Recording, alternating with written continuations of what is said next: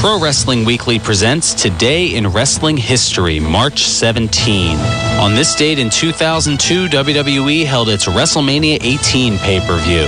In the main event, Triple H defeated Chris Jericho to win the Undisputed Championship. On this date in 1997, WWE Monday Night Raw aired live from Syracuse, New York. In the main event, Psycho Sid defeated Bret Hart in a steel cage match to retain the World Wrestling Federation Championship. Following the match, Hart shoved interviewer Vince McMahon down to the mat and released this profanity-laced tirade. Bret Hart, disconsolate Bret Hart, got to be terribly frustrated. Extremely frustrated over what has just happened. Whoa! Frustrated isn't the word for it. This is bullshit. Apologize, ladies and gentlemen. Me. Everybody screwed me, and nobody does a thing about it. Nobody in the building cares. Nobody in the dressing room cares. So much injustice around here. I've had it up to here. We apologize, ladies and gentlemen. Everybody knows it. I know it.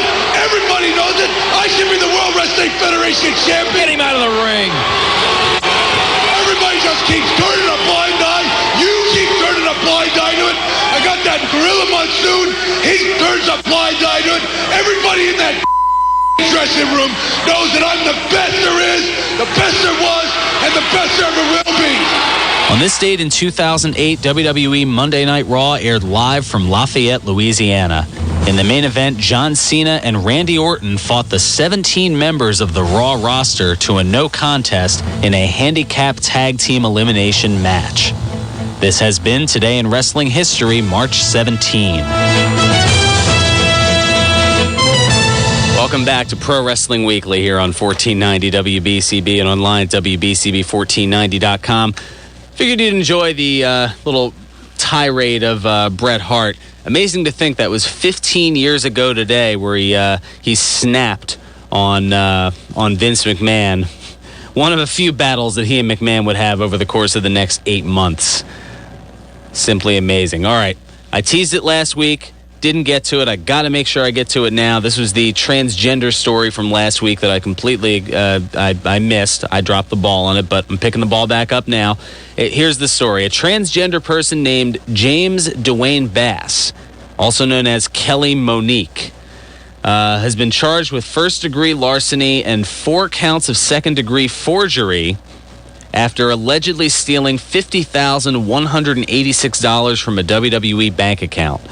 The story states that Bass made 52 withdrawals from the account, and Bass has he or she, however you want to look at it, has a criminal record for identity theft, and this certainly won't help with those matters. Yeah, amazing. I guess using multiple identities, male and female, to pull a little bit of money here and there from a WWE bank account, all totaling a sum of just over 50 grand. Crazy stuff. Some other tidbits I mentioned earlier with Twitter. John Cena and The Rock, they were at it again. The Rock and Cena trading insults on Twitter this past Thursday. Rock started by responding to a follower by writing, quote, "Breaking kayfabe is easy, cheap, and never entertaining. Boys who are desperate do it all the time." And then, of course, that led to Cena returning fire. People should stick to the difficult stuff like mom jokes, sexuality, and making light of someone's appearance. Of course, following up from the Rock concert on Monday. Rock responded later in the day, "The first sign of fear is when a man answers my raw aggression with a nervous smirk." And then Cena closed it out for the moment by saying, "The second sign is when he can no longer speak in public without reading his words. Have a nice night, Rock." Oh, they're going back and forth, that's for sure. Also, the Oklahoma State Athletic Commission it suspended all licensing for combat sport events scheduled after March 12th, which we're at that point. The suspension essentially blocks any and all boxing, mixed martial arts, and pro wrestling events in the state of Oklahoma. The decision is supposedly based on a lack of funding. However, funding has not been cut, only threatened by a UFC lawsuit stemming from the pay-per-view tax Oklahoma's been charging since 2004.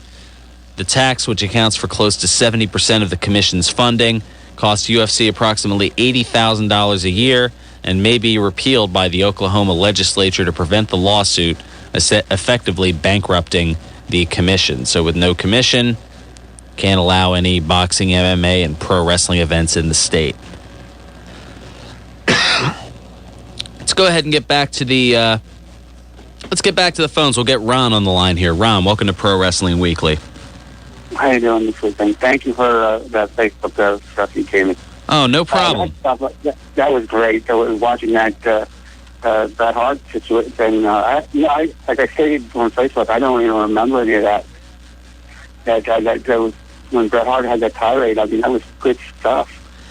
Yeah, and I mean, I had to do a lot of bleeping to get that. Yeah, I had to get that ready for air, and I mean, that was live at the time and uncensored, as as Vince McMahon used to promote Raw, uncut, uncooked, uncensored, and that's exactly what it was with Bret Hart's tirade. You said something to Old School a few minutes ago. You said something about somebody was appearing here at George. I missed it too. And he don't live in this area. He lives in another state. That's why he would never been able to make it. But because I know him very well, the fact that this stuff, and then you mentioned something about Dick Worley passing away, that's a shock. I remember. I was wondering what happened to him. He hasn't been around in a while. Well, I guess once you get to a certain age, you kind of disappear from the limelight for a little bit, and it looks like that's what happened in the referee's case, and unfortunately, he's no longer with us. Yeah, well, there's one person I want to throw out here, and that's Nick Patrick. Whatever happened to him? Nick Patrick. Oh man, I know he was doing some autograph stuff. He was at the last Sign-A-Mania with George's Cards and Collectibles. I got the chance to talk with him for a little bit. Real good guy to talk to. They did have 3 pioneers, him, Dick Worley, and then the twin brothers. I can't remember their names offhand. The Harris brothers? Ron and Don Harris? The referees. Oh, the referee. I'm sorry. I missed you say referee. The Hebners, Earl and Dave Hebner. There were 3 pioneer referees in my day that were the best referees that wrestling could ever have. Well, yeah, Earl is certainly. I think Earl Hebner is probably the most well-known referee in all of wrestling history. I mean, given his association with everything with Montreal and the '97 Survivor Series, and I mean, even to this day, he still gets chanted, "You screwed Bret, you screwed Bret" at various events that he's refereeing. The one with the Hulk Hogan. The fact that Honor the Giant won the championship. Remember that? Yes, from the main event from February of '88. Of course, yeah. I'm thinking more recent history, but yeah, I mean, rewind the clock back about almost 10 years, and yeah, there was the controversy that caused Hogan to lose the belt just before WrestleMania 4 back in '88. I think a good referees and bad referees. I mean, there was like Bill Monsoon's son. Robert, I think was it Joey Morella? Oh, yeah, Joey Morella. Yeah, I mean, we unfortunately lost him back in 1994. Well, I think it's WrestleMania is really shaping up to be good. I'm gonna say I don't like my prediction. I think I got a feeling, John Laurinaitis' team is gonna win this, but I just hope not. I mean, I just got this feeling that something can happen. But I mean, what they usually call us screw jobs, and there's going to be a screw job if he wins. And he wins this over Teddy Long. I mean, I just got this gut feeling. And then we'll see the man back in the picture somehow. Thank you to John Laurinaitis for doing a good job. And I just don't like it. I really don't like it. Yeah, well, I don't know. I mean, Teddy Long has just kind of been there on SmackDown, and obviously, I mean, for years, SmackDown's been treated kind of. It's gotten a little bit of the redheaded stepchild treatment as far as attention and prestige and things of that nature. I mean, a lot of people feel that being put on the SmackDown roster is almost a demotion if you were on the Raw roster. And I guess they're just trying to get a little bit more exposure of John Laurinaitis, I guess, for all of his years of loyalty to Vince behind the scenes. I don't know exactly what the reasoning is behind it, but I mean, it's hard to say. You know, Team Teddy Long could win this thing, and that could be the last we see of. For me. Huh? I would love to. If it would happen, it would be nice because then you have Michael Cole shut up his mouth for once and for all. Michael Cole is the arrogant heel announcer. If he won, Michael Cole would probably be the first to cop in the ring, shake Don Limelighter's hand and his team, and you probably see Daniel Bryan come out the ringside for some reason and go in there and shake hands. The whole roster, the heels will probably come out. And I would hate to see all this happen. I mean, we got enough of all the word, past with Don Limelighter. It's like I'm sick of him already. I mean, it reminds me of another Russo. Back in the day. Well, they're working on some things, and thanks for the call. I got to run. They're working on. I don't know if I don't know if being compared to Vince Russo is necessarily a good or a bad thing. I really don't know. All I know is I remember getting blocked out of an elevator by him, but that's from Bound for Glory weekend. I think I ran that story or told you that story. If not, I'll dedicate a little bit more time to it later because we're quickly coming up against it here. And that's why, well, for a little bit of relief from the insanity, who better to go to than John? I'm presuming this is John from Northeast Philly.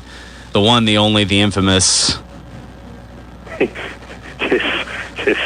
Tis, yes. How's it going, Fearon? Oh, not too bad. You throw some of those things up there, and I'm right in the middle of a point, and I completely lose my train of thought.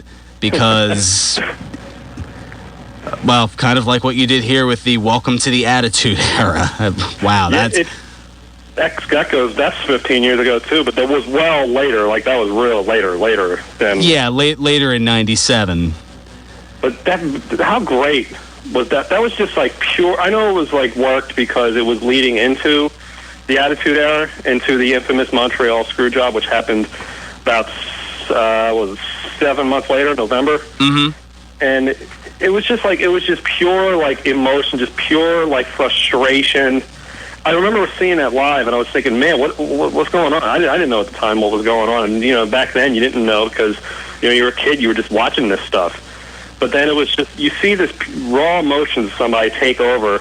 And, Bret Hart's always been, one of those guys that's been criticized for mic work. Mm-hmm. That night he couldn't have been criticized because that was a night where he really, I know he lost the match in a definite work, but it was just afterwards. You could see them taking the cage down. It's like, well, they don't normally show them taking the cage down. They don't normally show these things. Yeah, you knew something was up. Yeah, and then you got Laura going, cut the mic out. Yeah, get him out of the ring. Yeah, it's just like raw emotion. Then it's kind of reflected in that. In the CM Punk promo that pretty much put him into the stratosphere last year. Mm-hmm. But on this angle, you got to remember that, they were live. So there was no tape delay. There was no, dump well, at least out. not that week there wasn't. No, and then forever since, I can imagine they had it.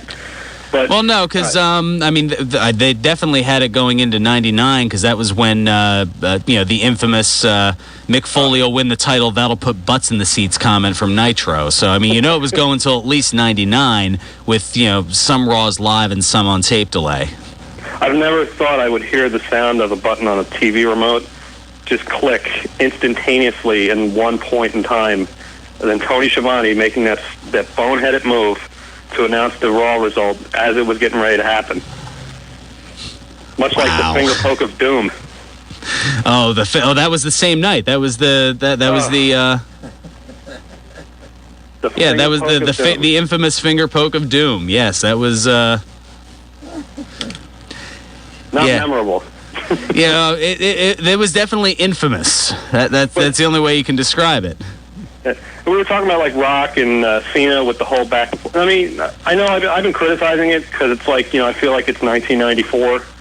Oh yeah, no, Eric from the Minnesota Wrecking Crew posted the Rock concert. The kind of the whole back and forth deal. There's a ton of Facebook feedback on that I didn't even get to, and there's like 9 comments on that alone, and I've got. Well, we can kick it around a little bit more next week, along with whatever developments there are. And the whole thing is, these guys have mic work. I mean, I understand like they got to portray the character. You got Cena coming out with the throwback, and you got Rock with the the country guitar, sort of. Which is in a way is kind of a throwback to 2003 with the Rock concerts he was doing. That was back when he was a heel. The heel Hollywood Rock. Yeah. Animatronic Rock, as I call him, because he walks around like an android, or like the Terminator at the end of the first film. Although, that whole helicopter, that really long, drawn-out entrance, that was probably one of my favorites. Yeah, and it was great, too, because when he came back, because he was on a hiatus, and he came back and they ran that promo, and this was, like, before the Internet really got, like, more wrestling-oriented.